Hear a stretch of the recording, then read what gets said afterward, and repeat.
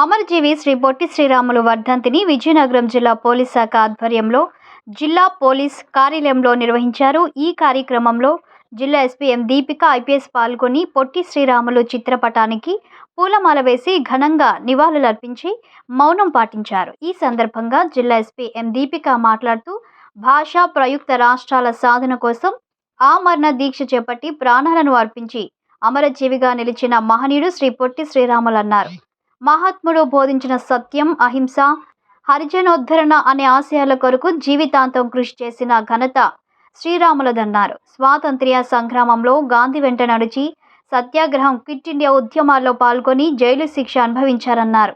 కుల మతాల పట్టింపులు లేకుండా వ్యవహరించి హరిజనులను దేవాలయంలోకి అనుమతించాలని నిరాహార దీక్ష చేపట్టారన్నారు.